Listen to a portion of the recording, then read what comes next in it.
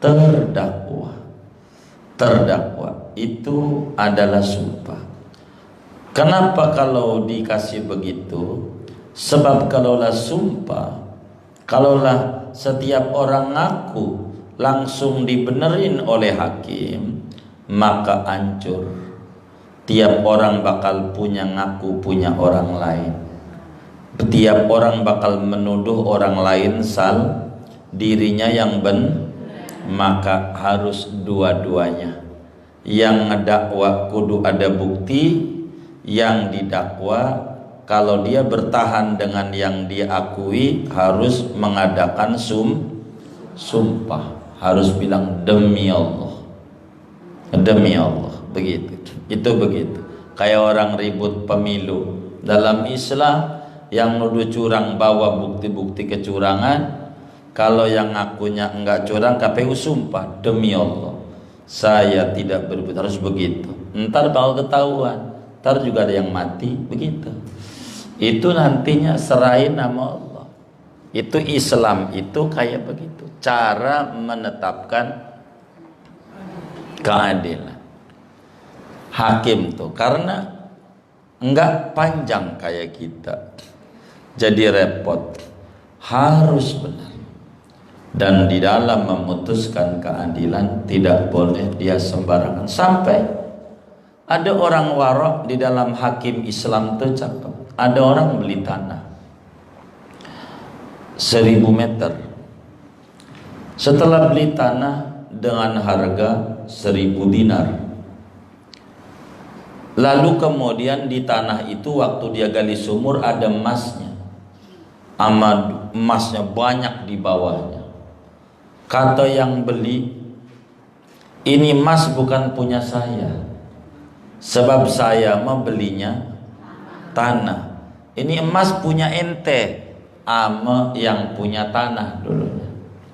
Kata yang punya tanah, ini bukan punya saya, sebab kalau udah saya jual tanah itu berarti sama sisinya.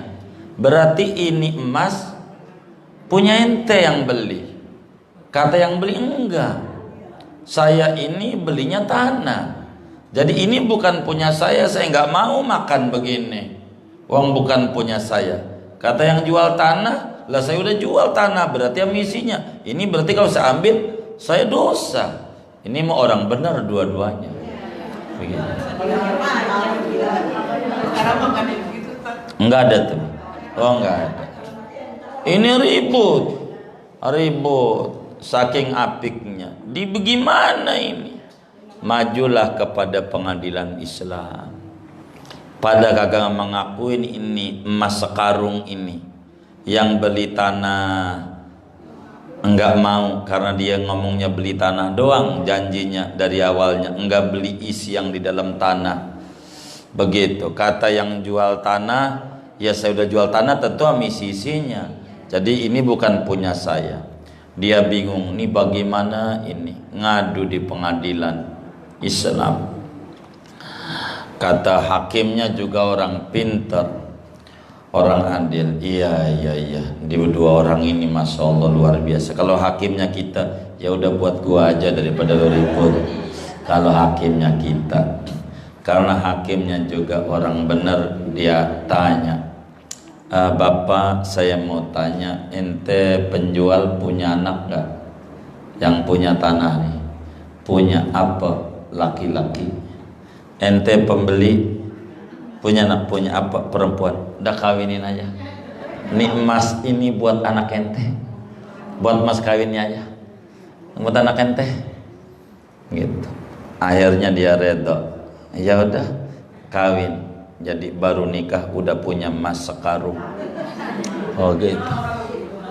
Begitu. Saking nggak mau mulu, ini mau dikasih orang nggak bisa. Ya udah kasih anaknya dia aja. Dia dapetin mantunya, dia dapetin ya mantunya. Udahlah.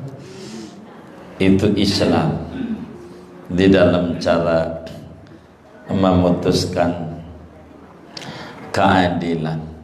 Jadi enggak boleh kita berbuat zalim, enggak boleh mengambil harta orang lain, enggak boleh membunuh orang lain, ndak boleh. Maka kalau ada orang dituduh membunuh, kudu ada bukti penuduhannya. Kalau dituduh orang mengambil harta, maka kudu ada bukti penuduhannya. Apa buktinya? Bahwa dia nuduh. Itu Islam itu selalu menjaga hak-hak orang, apa jiwa ataupun harta benda. Maka sehingga di dalam Islam dijelaskan tentang bagaimana prinsip-prinsip peradilan di dalam Islam. Tidak boleh karena kedekatan lalu kita benerin, tidak boleh karena dia anak lalu dibenerin, tidak boleh karena dia saudara lalu kita benerin. Islam kalau salah tetap salah, siapapun dia. Kalau benar tetap benar, walaupun orang lain. Oleh karena itu, bukti di dalam Islam suruh disiapkan oleh siapapun yang mengaku hartanya yang ada di tangan orang. Kudu ada buktinya. Kalau dia nggak ada buktinya, maka akan menjadi sekata-katanya. Ini maknanya kita nggak boleh ada orang menuduh orang lain, harus dua-duanya. Harus dua-duanya. Kalau ada orang ngadu sama kita, cerita sama kita si anu salah, begitu, maka kita tidak boleh begitu, tidak boleh. Dalam Islam salah, kita dosa. Kita simpen baru separuh data ini, baru kita keluarkan kalau 2 data. Bagaimana si anu yang dituduhkan bercerita? Dari 2 itu ditimbang, baru ditimbang kita bakal tahu yang benar si ini, yang salah si ini. Kalau sepotong doang, pasti kita bakal rusak pola pikir kita. Harus menilai sesuatu utuh. Ini namanya prinsip pengadilan. Begitu kita, kalaulah kita ada orang tengkar, maka orang ribut, maka kita harus 2 data yang kita harus pegang. Kalau udah 2 data, bakal ketahuan yang benar mana, yang salah yang mana. Tapi kalau baru 1 data doang, ini bakal menjadi bahaya. Kita bakal mencela orang yang kita bakal malu sendiri ketika terbukti celaan kita salah karena datanya belum lengkap, dan itu bakal kerugian dalam hidup. Maka Islam, kalau ada orang ngadu sama kita, ibu-ibu temennya ngadu, apa kehidupan rumah tangga atau masalah hutang piutang, maka kalau baru 1 data enggak bisa kita nyimpulin, harus dua data. Baru 2 data kita nyimpulin mana yang salah, mana yang benar. Si anu ngomong begini, si anu ngomong begini, yang samanya mana, yang bedanya mana, maka dicari. Sesudah ketemu sama, cari ketemu beda. Beda ini di mana? Baru bakal ketahuan, salahnya di sini. Begitu. Tapi kalau kita enggak, ini bakal kita jadi rusak di dalam beragama. Sebab Islam diatur, andai manusia asal ngomong jeplak aja langsung kita telan dan kita dongengin, hancur kehidupan. Maka kita enggak boleh. Kalau ada orang ngomong jeplak, kita enggak boleh telan dan kita cerita.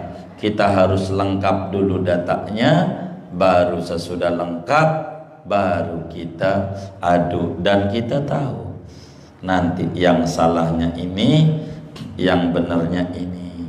baru kita bercerita, supaya jangan sampai kita terjebak membenarkan yang salah dan terjebak menyalahkan yang benar, dan ini bakal menjadi kacau di dalam kita punya hidup dan kehidupan. Maka Rasulullah sallallahu alaihi wasallam saking sayangnya kepada kita umat, maka tidak boleh sembarangan. Maka kalau ada orang mendakwa harus ditanya buktinya mana, ente ngomong begitu-begitu tuh, harus ada bukti-bukti yang jelas supaya anda ngomong jangan jadi fitnah, dan itu bakal panjang urusannya, tobatnya jadi panjang dan jadi repot.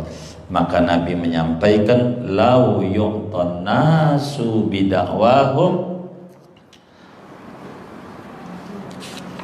lau yu'tan nasu bidakwahum ladda'a rijalun amwala qaumin wa dima'ahum lakinil bayyinatu 'alal mudda'i wal yaminu 'ala man ankara. Andai setiap manusia mendakwa dibenarkan, maka pastikan setiap orang akan mengaku harta orang lain. Setiap orang bakal mendakwa orang lain. Tapi Islam harus membawa dua prinsip. Setiap yang mendakwa, dia harus bawa bukti-bukti dan saksi-saksi yang kuat. Kalau dia itu terdakwa, dia hakimnya harus bersumpah. Ente berani sumpah? Oh berani. Begitu. Allah bakal siap nanti di akhirat. Kalau sumpah palsu bahaya. Dosa paling gede bila anda sumpahnya palsu. Siap.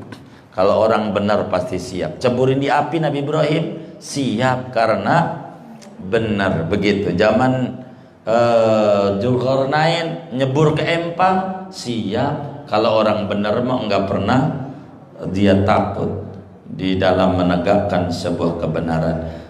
Ini dasar-dasar bagaimana cara Islam memutuskan sebuah keadilan. Jangan sampai kita sebagai hakim miring sebelah, jangan sampai kita sebagai hakim berat sebelah, jangan sampai sebagai hakim kita memutuskan tidak adil, dan ini bakal bahaya. Maka disebutlah wazinu bil qistasil mustaqim, timbanglah dengan keadilan yang seadil-adilnya. Wailul lil mutaffifin, neraka wail bagi siapapun yang berbuat kecurangan. Kita jadi hakim curang tidak boleh, maka diatur dalam Islam cara duduknya. Kalau yang mendakwa di kursi, yang terdakwa juga kudu di kursi. Yang satu kursi empuk, yang satu kursi plastik, enggak boleh. Anda adil. Dia harus sama di mata hakim yang mendakwa maupun yang didakwa, harus sama. Kalau enggak repot. Di Indonesia kalau pengadilan pengen benar, walaupun belum pakai hukum Islam, mestinya pengacara kalau yang dibelanya salah, maka pengacaranya juga kudu masuk penjara. Sebab membela yang salah sama dengan salah, membela yang benar sama dengan benar. Maka kalau pengacaranya masuk penjara juga, orang ngeri ngedampingin orang salah. Cuman karena yang salahnya doang dihukum, maka pengacara mau enak dapat duit gitu, dapat duit, tetap aja dia enggak ini. Nah, kalau di pengacaranya dikenain hukuman juga karena dia membela yang salah, maka yang salahnya masuk penjara, maka pengacaranya juga masuk penjara. Fa insyaallah orang tidak bakal main-mainin hukum. Orang pasti tidak bakal sembarangan di dalam hukum. Dia pasti ngeri kalau mau bela orang salah apa benar, begitu. Tapi karena pengacara mau lolos, Begitu. Mau bagaimana ke, maka yang jadi pengacara menjadi enak. Begitu. Siapapun bisa dibela, dicari-carikan delik hukumnya supaya lolos. Begitu. Ini menjadi repot. Lolos di pengadilan negeri, naik banding di pengadilan tinggi. Di pengadilan tinggi naik kasasi di pengadilan Mahkamah Agung, pengadilan agung. Kasasi nggak lolos, ada PK, peninjauan kembali. Terus saja nggak ada kelar-kelarnya. Begitu, terkuras, repot. Kalau Islam memutuskan sesuatu tidak begitu panjang dan berbelit, tapi main sumpah saja. Silakan sumpah. Gitu, sumpah. Kalau di cara kampung di Banten itu ada orang ngaku tanahnya, ini tanah punya gue, warisan bapak gue. Ya boleh. Berani sumpah, berani, nggak apa-apa. Sumpah beneran. Jadi sumpah, caranya bagaimana? Orang itu umpamanya ini tanah, dia ngaku. Begitu, dia tanahnya ini, maka dia dibawa, orangnya itu siapin kain kafan. Iya, kalau mau sumpah. Iya, siapin kain kafan, ditonton orang banyak, nanti diinjak buminya sama dia. Demi Allah, ini bumi punya saya. Begitu. Ini bumi, ini tanah punya saya. Bila tidak punya saya, bumi ini pasti tidak redho sama saya. Paling selang saja modar di situ. Kalau ngaku-ngaku, makanya kain kafannya sediain, ditonton orang banyak. Itu cara Islam. Mati.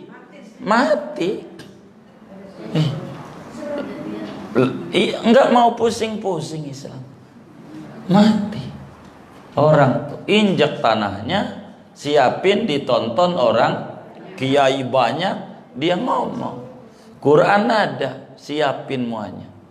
Begitu. Kain kafan siapin. Buat ente mati, ini kain kafannya nanti.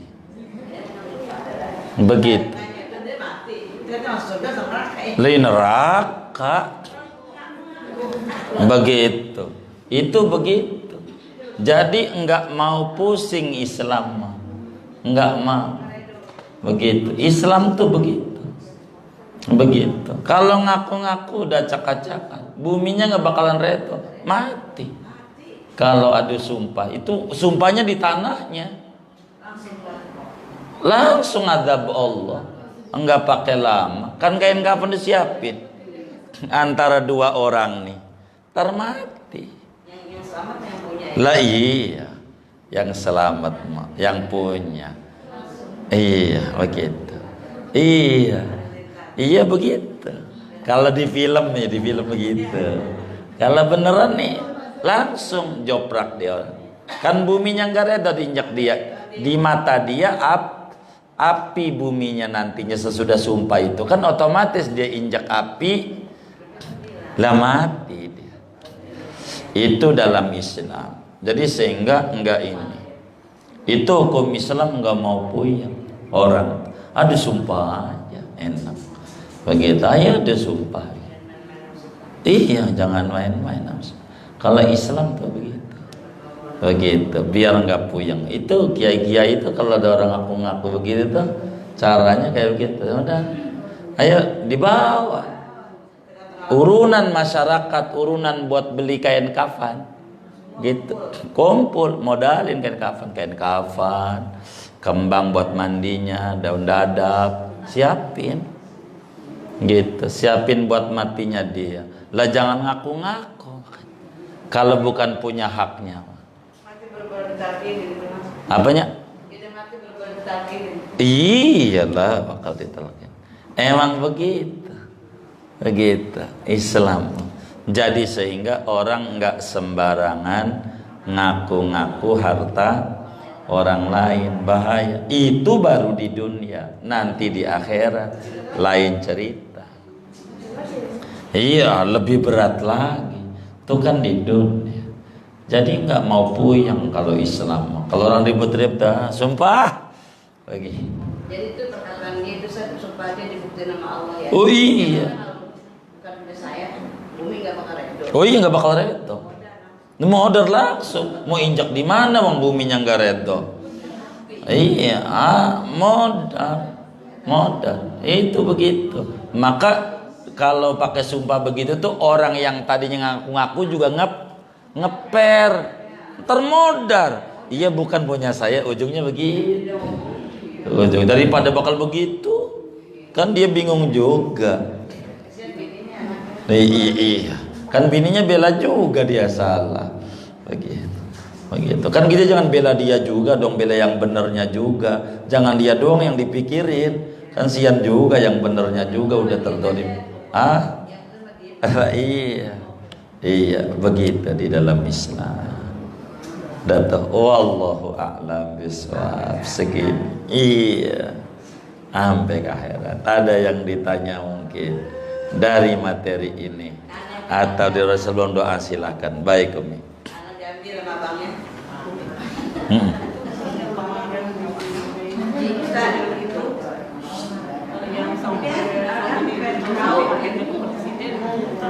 Kenapa?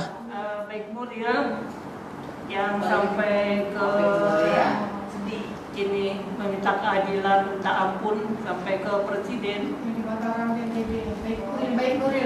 Wah, iya. Saya nggak begitu paham. Secara jujur saya ini bertahun-tahun nggak nonton TV. Jadi saya ketinggalan informasinya. Nggak apa-apa Umi, nggak apa-apa. Artinya untuk membantu menjawabnya gimana kasusnya, maksudnya begitu. Jadi dia itu dilecehkan sama atasannya Ustaz. Itu supaya dia punya ada bukti supaya dia rekam. Saya itu direkam omongannya. Terus dia cerita ke temennya, temennya itu terus langsung share ke mana-mana. Dikira sama temennya itu akhirnya sampai di sidang baik diri itu jadi dituntut di sidang di provinsi dia dinyatakan menang, tapi setelah itu dia terima ya banding, terus di tingkat tinggi lagi dinyatakan polisinya salah. Akhirnya dia minta itu Iya. Udah. Iya karena Indonesia memang berbelit. Tapi kan doa ini kabul ya saudara. Doa terzolim kan kabul ya. Iya.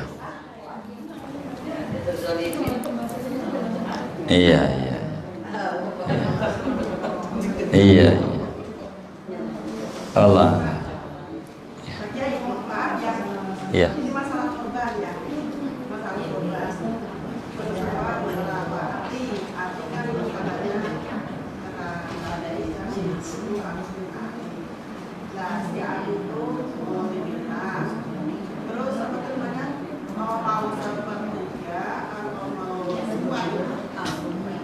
Apanya tuh? Mintanya. Ya kita ngorban gitu biar gampang. Terus?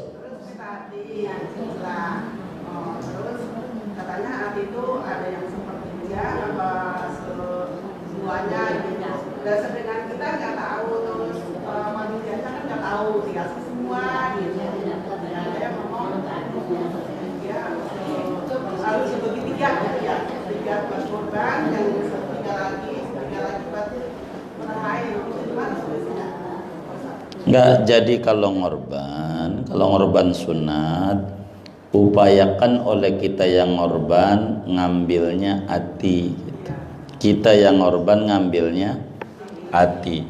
Kita dikasih oleh agama paling enggak sepertiga.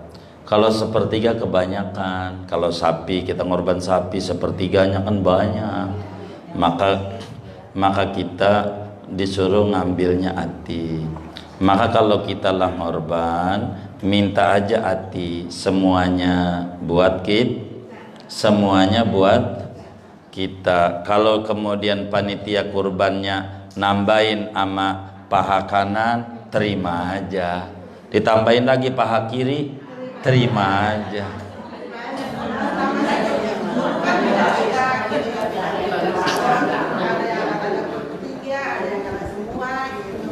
Enggak, sepertiga itu begini Bunda. Sepertiga itu sepertiga dari seluruh hewan kurbannya. Sepertiga tuh. Nih ibu ngorban sapi. Sapinya ada 1 ton. Buat ibu 3 kintal. Kambing bukan sapi. Umpama. Sama aja. Ibu ngorban kambing. Berasnya 1 kintal 100 kilo. Agama boleh ibu ngambil jadi 30 kil boleh kita ngambil begitu tuh tapi ama panitia kagak boleh kalau banyak mah begitu. Maka ambil aja atimu, ambil semuanya. Kalau ditambahin ama panitia ama paha kanan ya alhamdulillah, gitu aja, nggak apa-apa. Kasih ya. Saya pengen makan. Punya abang semua nama bagiannya di depannya. Kalau begitu dia udah senang. Tapi kalau diingat pasti selalu saja kata begitu. Manggaredo. Karena dijualnya itu tanpa itu hukumnya gimana? Yang hukum yang mananya nih? Enggak, itu maksudnya balikan Ada yang jual alamnya abangnya. Iya salah dia. Apanya? Mau ngerti mau kagak itu nggak ngerti tandanya. Kalau dia ngerti nggak bakalan. Artinya begini, ya saya paham Bunda, saya paham. Maksud saya, kalau dia orang ngerti nggak bakal ngelakukan. Cuman menurut kita dia kok ustad, dia kok kiai, ya mungkin kiainya pada bagian apa yang itu dia kagak tahu. Kan dia nggak ngerti yang bab itu. Maka ya harus dibilangin, lihat saja hasilnya. Kalau orang nggak bener mah ntar juga acak-acakan ujungnya. Begitu tanpa kita sumpahin juga, iya pasti begitu.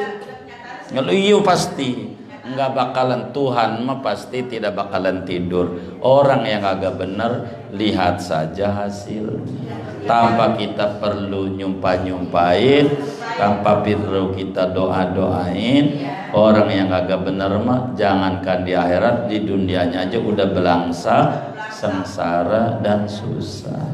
Kalau kita nggak bener maka kita sebagai muslim harus berupaya, kita harus benar pada pijakan agama yang benar. Begitu. Jangan, masih mendingan kita sengsara di dunia yang sebentar ini daripada kita ngalamin sengsara di akhirat yang selama-lamanya. Mengalah saja lebih baik. Begitu Allah.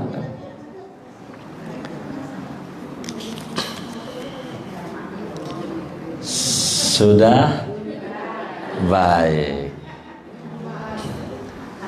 Kalau sudah, kita baca Fatihah. Duduk di majelis ilmu. Allah ampuni dosa dan kesalahan kita. Allah mudahkan urusan-urusan kita. Allah kabul hajat-hajat kita. Allah berikan kita ilmu yang manfaat, dan Allah tutup akhir hayat kita dengan husnul khatimah. Amin. Al-Fatihah.